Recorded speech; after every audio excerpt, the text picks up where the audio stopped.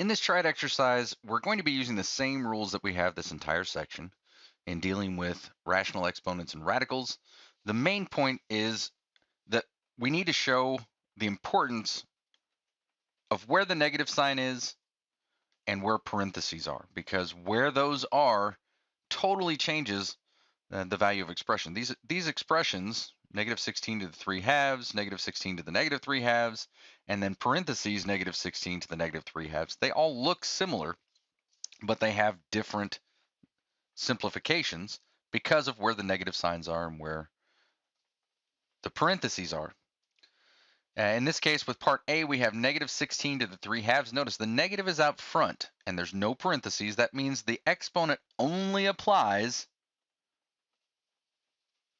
to the number. It doesn't apply to the negative sign. So we have negative 16 to the 3 halves. We'll rewrite that as a radical where we still have a negative out front. And this is going to be the square root, since the denominator of the rational exponent is 2. So the square root of 16. And then the numerator is 3, so this is being cubed. Now we still have the negative sign out front. Square root of 16 is 4. That's still being cubed. 4 cubed is 64, but we keep the negative sign. So this simplifies to negative 64. In part B, again, we have no parentheses, so the negative is not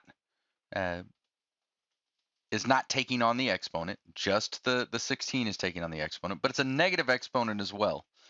So our first step is we want to move it to the denominator, put a 1 on top, and change the negative 3 halves to positive 3 halves. So we have our negative sign out front, and this will be 1 over 16 to the 3 halves. And then we'll change that to our radical with the nth root. So our n is 2.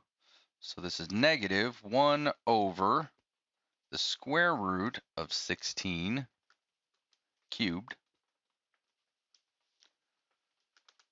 Square root of 16 is 4. 4 cubed, again, is 64. So we have negative 1 over 64. And we could have just recognized that this is the exact same expression as part A, only the exponent is negative. That means it's going to be whatever part A is in the denominator, but the expression itself will be same otherwise. So we had negative 64 in part A, we have negative 1/64 for part B. Now with part C, unlike parts A and B, the negative is inside the parentheses. That means that this exponent, negative 3 halves, applies to everything inside the parentheses, including the negative sign. So we'll go ahead and, since this is a negative exponent, we'll rewrite it in the denominator with a positive exponent. So this is 1 over negative 16 to the 3 halves, which equals 1 over, our n is 2, so we're taking the square root of negative 16 cubed. But wait a minute, we have an even root. There's an invisible 2 here. We're taking the square root, and we have a negative sign underneath the radical. That means that this simplifies to no real number. So again, using the same rules we have the entire section, we're just mainly looking at the importance of recognizing where the negative signs are, because it will totally change the simplification for an expression.